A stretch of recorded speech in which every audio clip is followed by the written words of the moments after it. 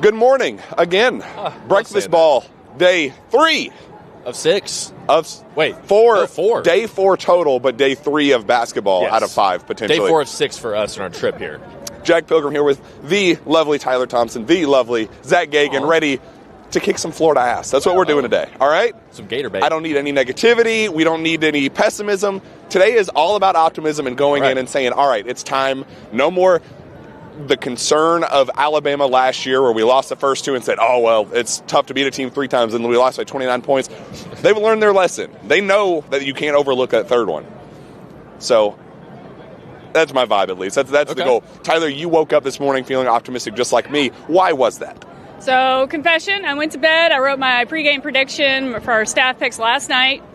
I picked Florida to win just because, this team will be coming off back-to-back games. Florida has looked very, very good this season, even though Kentucky's played them well.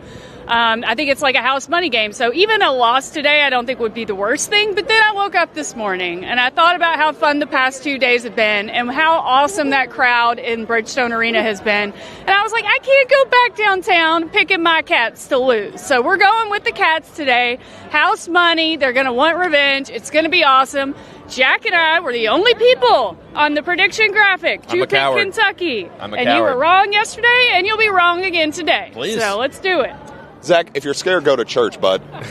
Apparently, yeah. Why are you so pessimistic? Why are you such a negative Nancy? You just told me you don't want me to do any of that, so. But you were the one that picked the loss. So explain I'll tell you things that I think can go right for Kentucky to lead to a win. There we go. That's what I want to hear. I'll just repeat what I said in my staff predictions. Kind of some of the stuff we talked on Sources Say. You want to see if you can get 15 minutes out of Cam Williams to guard their best player, Thomas Haug.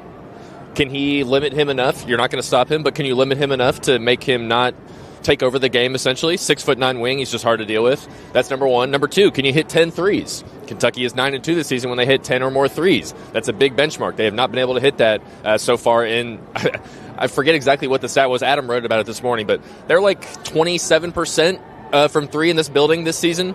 That's not great. So let's see if you can change that. If you can go 10 for 20 or 10 for 25 even, you're going to put yourself in a better position. And then my third key, oh my gosh, I'm already forgetting it. What was Denzel Aberdeen?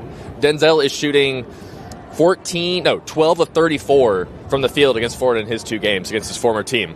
That's not a good percentage. We need to get him closer to that 50% mark. I feel confident that he's going to be able to, I think he's 5 assists, 1 turnover in his 2 games against Florida, so he's not pushing himself too far in that aspect, but I think he's over forcing the issue with his shot selection a little bit much against his former team, maybe trying to prove himself a little bit. We don't need that today. Otega always going to score 25 points, so it doesn't even matter. So if you can get a good, solid shooting game from Denzel, good defensive ends from Cam Williams, and an overall good 3-point shooting game from Kentucky, I think there's an absolute chance that Kentucky can win this game. Tyler, we said yesterday morning that Steven has this theory that we wanted to save all of the he's right. All of the makes for today. Just wanted to squeak by, as ugly as it took, just as long as you got the win, to unleash the beast that is Kentucky's offense today. Do you have a similar vibe? Can Kentucky hit a dozen threes today? I mean, yeah, Colin Chandler hit 2 or 3 yesterday. He was 5 or 6 from the field. I mean, he's warming up. Cam had a 3.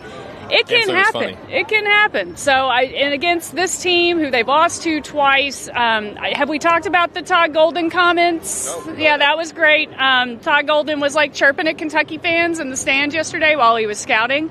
The team noticed that. Malachi Marino in the locker room was like, we don't like that one bit. We're going to show them what's what on Friday. So I think the revenge, chip on the edge mentality is huge for Kentucky. And they have shown capable of lighting it up. Maybe not in this arena, but definitely at other times this season. It's getting rowdy out here. It is. Do you want to show off the Dr. Pepper inspired sausage? So this is a new thing apparently. So if you're out and about. So I like both things. Why do they need to be together? I like Dr. Pepper. Dr. Pepper is delicious. Sausages, Johnsonville sausages especially, awesome. It doesn't make you want to try one just a little bit? Why do we need to... What was our breakfast this morning? Our breakfast this morning, so day 1, it was corn on the cob, baked beans, and ribs. Day 2 was chicken and waffles, obviously, because that's what you're supposed to eat for brunchy. Today was turkey, pesto chicken, and noodles, Alfredo spaghetti, and pretzel sticks. Soft pretzel sticks. I like pretzel sticks. The pretzel sticks can stay. I think if Kentucky wins, we should all come have a Dr. Pepper Johnsonville brat. That's Absolutely. how we should say. That'll be our rapid reaction. Yeah. We'll all eat some It'll be awesome. Dr. Pepper flavored sausage links. All right, I'm for it. So that means we're going to, because Kentucky's going to win this basketball game. What better way to get ready for Vandy or Tennessee? Yeah.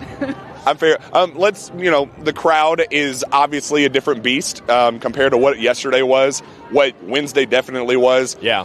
I think this is open for the first time, right? I think, Tyler, Yes, that's correct? yes. This is the party. Actually, it's back here. Back The party over in the there. park is behind. Gotcha. But this has not looked like this the last 2 days, I will say. So this is definitely a much better vibe.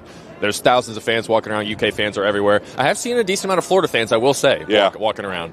A lot of Gainesville license plates. Last night. Are the Florida fans, were they out and about yet? No, not then. I will say, so there was a funny moment last night when we were out at the bar where they were taking requests, and someone requested Rocky Top. There was a couple of Tennessee fans in there. Dylan Ballard had the smart idea, our friend at Sea of Blue, of getting a CATS chance started the second Rocky Top ended, and the entire bar joined in on it, and there was 2 Tennessee fans I was looking over, and they were stone cold faced. They were not happy about that. So that was a fun little moment to kind of shove it in their face. I booed the entire time during Rocky Top, and then we got the CATS. And then we got Dumas Walker like 2 songs later. That was so fire. Yeah. That was awesome. That was a fun time. That was a good time.